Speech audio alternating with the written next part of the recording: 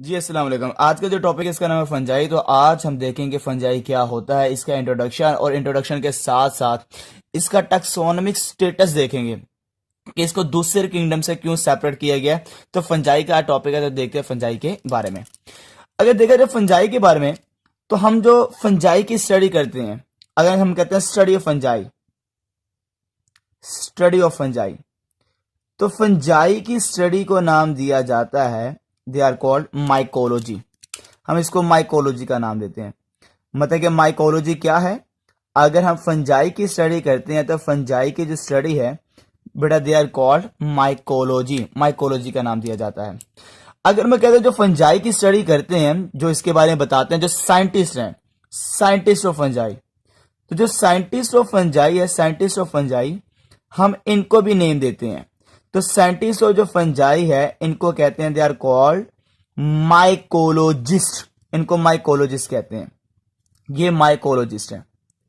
अगर देखा जाए एक फंजाई है, इसकी मुकम्मल बॉडी को क्या कहते हैं? The whole body of fungi.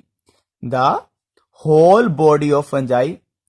अगर मैं कहता हूं the whole body of fungi, एक जो फंजाई की बॉडी है, मुकम्मल बॉडी, हम मुकम्मल बॉडी जो फंजाई की है, हम इसको क्या नाम देते हैं?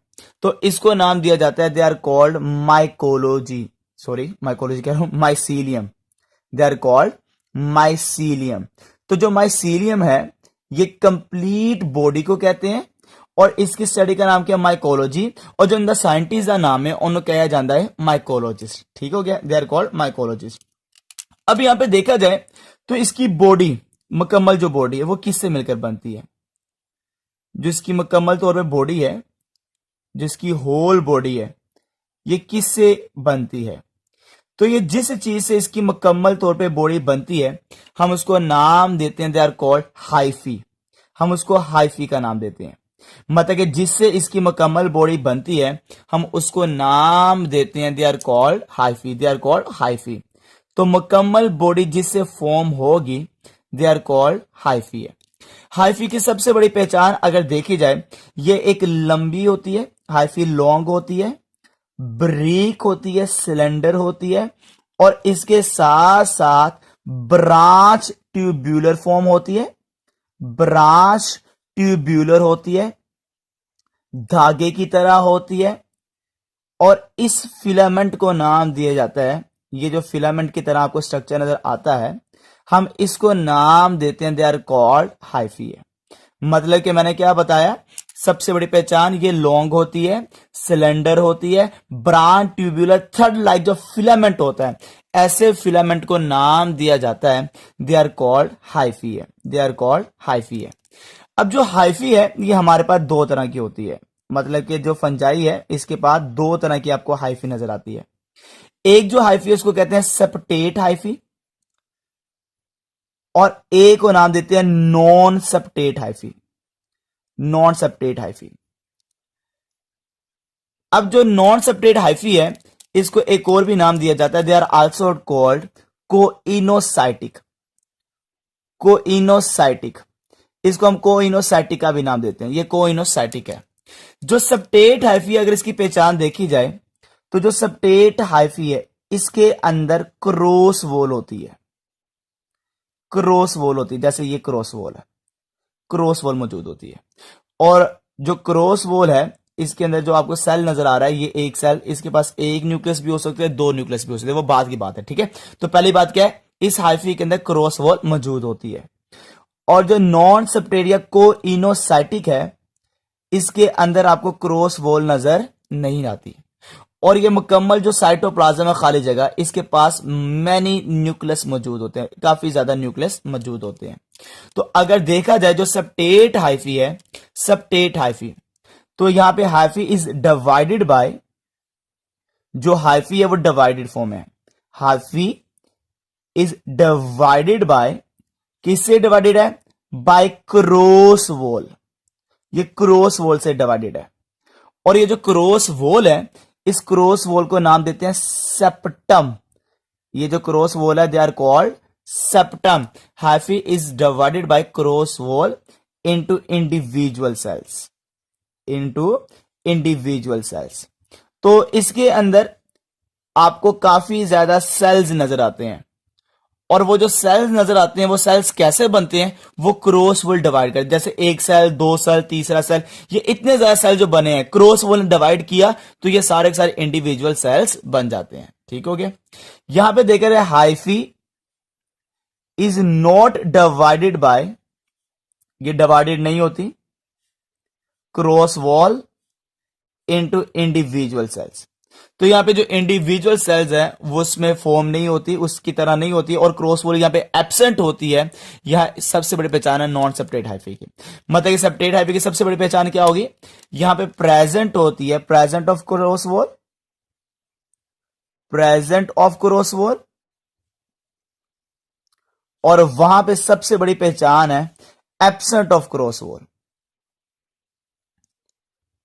तो क्रॉस वॉल वहां पे एब्सेंट है और यहां पे क्या होती है, ये प्रेजेंट होती है। ये सबसे बड़ी पहचान आपको मैंने बता दी है।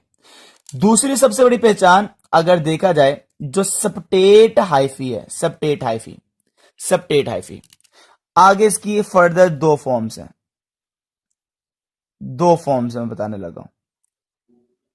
देखिएगा, एक तो यह है कि इसके हर सेल के पास एक न्यूक्लियस है।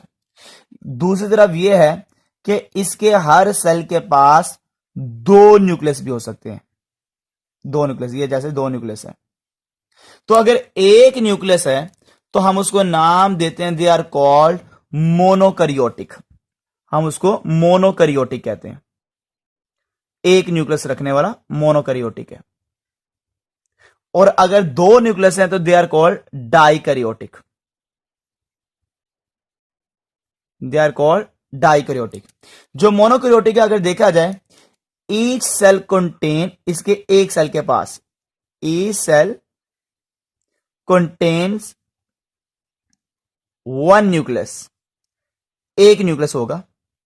अगर एक न्यूक्लियस मौजूद है तो दे आर कॉल्ड मोनोकैरियोटिक है। यहां पे each cell contains two nuclei, अगर दो न्यूक्लियस होंगे तो इसकी सबसे बड़ी पहचान दे आर कॉल्ड डाइकैरियोटिक है। तो हमारे पास दो तरह के आ गए, एक मोनोकैरियोटिक, एक कौन सा आ गया, डाइकैरियोटिक। और जो नॉन सबस्ट्रेट है, इसकी आपको सबसे बड़ी पहचान पता ही है कि ये मल्टी न्यूक्लिएटेड है। इसके अंदर एक न्यूक्लियस नहीं है, काफी ज्यादा न्यूक्लियस होते हैं, तो ये मल्टी न्यूक्लिएटेड है। तो अगर ज्यादा जो रखता है, ज्यादा जिसके पास न्यूक्लियस, जैसे ये देख सकते हैं काफी ज्यादा न्यूक्लियस मैंने बनाए हैं, तो जो मल्टी न्यूक्लिएटेड है उसका नाम है नॉन सबस्ट्रेट या कोइनोसाइटिक है। और जो मल्टी न्यूक्लिएटेड है वो नॉन सबस्ट्रेट है, या एक या दो सेल रखने वाला ये कौन सा होता है, ये सबस्ट्रेट हाइफी है। अब सबस्ट्रेट हाइफी के अंदर जो क्रॉस वॉल है, अगर हम इसके बारे में जरा से देखें ना, ये जैसे मैंने बता दिया कि ये है सबस्ट्रेट हाइफी और ये इसके अंदर क्रॉस वॉल है। अगर मैं इस क्रॉस वॉल को बड़ा करके दिखाता हूं, क्रॉस वॉल को बड़ा करके दिखाता हूं, तो ये है क्रॉस वॉल, इस तरह से होती है, इस तरह से होती है। ये इसके सेंटर पे ये सुराख होता है, ये पोर होता है, सुराख है। यहां पे सबसे बड़ा काम इसका एक ही है, थ्रू विच साइटोप्लाज्म मटेरियल, जितना भी साइटोप्लाज्म का मटेरियल होगा, through which cytoplasm material can be passed, can be passed. तो यहां पे जितना भी मटेरियल होता है जो एक जगह से दूसरी जगह जाता है, वो बेसिक इस सुराख से जाता है। और ये जो मैंने बनाया है, ये क्रॉस वॉल जो मैंने बनाई है, इसका बेटा मैंने आपको नाम बता दिया, दे आर कॉल्ड सेप्टम। एक है तो सेप्टम कहेंगे, ठीक है, एक को कहेंगे सेप्टम। अगर ज्यादा होंगे दे आर कॉल्ड सेप्टा, तो ज्यादा को सेप्टा कहते हैं, एक को सेप्टम कहते हैं। और सेप्टम के सेंटर में क्या सुराख है, जहां से चीजें गुजर के जाती हैं साइटोप्लाज्म की एक जगह से दूसरी जगह, तो ये क्या है, दे आर कॉल्ड सेप्टम है। ठीक हो गया यहां पर। अब यहां पे ना कुछ कैरेक्टरिस्टिक्स लिख रहा हूं मैं ना हाइफी के बारे में, कुछ कैरेक्टरिस्टिक्स, इसके मैं कुछ कैरेक्टरिस्टिक्स लिख रहा हूं। पहला कैरेक्टरिस्टिक्स, पहली खसूसियात, जो हाइफी है इसका सबसे बड़ी पहचान, ये एक्सटेंसिव स्प्रेडिंग सिस्टम रखती है, एक्सटेंसिव स्प्रेडिंग सिस्टम रखती है। ये बहुत ज्यादा फैलती है, जो फंजाई की बॉडी को बना रही है हाइफी, बहुत ज्यादा फैलती है। दूसरी पहचान, ये मेटाबॉलिकली एक्टिव है। मेटाबॉलिकली अगर देखा जाए तो ये आपको एक्टिव नजर आती है, मेटाबॉलिकली एक्टिव होती है, ये बहुत ज्यादा एक्टिव फॉर्म में आपको नजर आती है, जिसका नाम क्या है, हाइफी है। तीसरी सबसे बड़ी पहचान, increase the surface area, increase the surface area of fungi. अगर फंजाई का सरफेस एरिया अगर किसी ने ज्यादा किया है तो बेसिकली वो एक ही है और उसका नाम क्या, दे आर कॉल्ड हाइफी है। इसका सबसे बड़ा काम, help the absorption of material. जितनी भी मटीरियल की अब्जॉर्प्शन होती है वो बेसिकली अगर देखा जाए वो हाइफी की मदद से होती है। तो ये हाइफी के कैरेक्टर्स हैं, मेटाबॉलिकली एक्टिव होती है, एक्सटेंसिव स्प्रेडिंग सिस्टम होता है, अब्जॉर्प्शन में मदद देती है। ये सारी की सारी हाइफी की मैंने आपको कैरेक्टरिस्टिक्स बताई, ये सारी की सारी इसकी पहचान है। अब मैं एक ऐसा एमसीक्यूज बताने लगा हूं जो पेपर में लाजमी तौर पे पूछा जाता है, और ये सारा का सारा शॉर्ट है, ये सारा का सारा शॉर्ट है। फंगस की या फंजाई की बॉडी, ये क्वेश्चन आता है, द राइट अ नोट, अगर लॉन्ग आता है the right a note on fungi body, तो आपने ये सारा कुछ लिखना होता है, एज इट इज लिखना होता है, ठीक हो गया। इसका सबसे बड़ा पहचान मैं एक पॉइंट बताने लगा हूं कि जो फंजाई के अंदर सेल्स हैं उनके अंदर न्यूक्लियस मौजूद है। भला वो न्यूक्लियस देखा जाए सेप्टेट, हाइफी, नॉन सेप्टेट, जो सब मर्जी न्यूक्लियस देखेंगे वो सारे के सारे हैप्लोइड होते हैं, पूरी उम्र हैप्लोइड रहते हैं, हैप्लोइड रहते हैं। मगर एक वक्त आता है जब वो डिप्लोइड होते हैं, और वो उस वक्त होते हैं जब मेरे बच्चे जायगोट बनने वाला होता है, उस वक्त डिप्लोइड होंगे। वैसे पूरी उम्र हैप्लोइड होते हैं और कुछ वक्त के लिए क्या हो जाते हैं, ये अपने आप को डिप्लोइड फॉर्म में चेंज कर देते हैं जब जायगोट बनने वाला होता है। और वो एमसीक्यूज है ये कि सारे के सारे जो फंजाई के न्यूक्लाई हैं वो क्या होते हैं, हैप्लोइड। मगर ट्रांजिशियंट अगर देखा जाए कुछ वक्त के लिए डिप्लोइड होता है, जब ये जायगोट की फॉर्मेशन बनती है उस वक्त डिप्लोइड फॉर्म में होता है, नहीं तो पूरे फंजाई के जो न्यूक्लाई वो क्या होते हैं, हैप्लोइड होते हैं। तो एमसीक्यूज आते हैं किस वक्त ये डिप्लोइड फॉर्म में नजर आता है, और वो कब है, जायगोट की फॉर्मेशन में। हैप्लोइड का मतलब होता है 1n, मतलब कि half number of chromosome. Double कब होंगे, डिप्लोइड कब होंगे, जब जायगोट की फॉर्मेशन होने वाली होती है। ओके बेटा, अल्लाह हाफिज।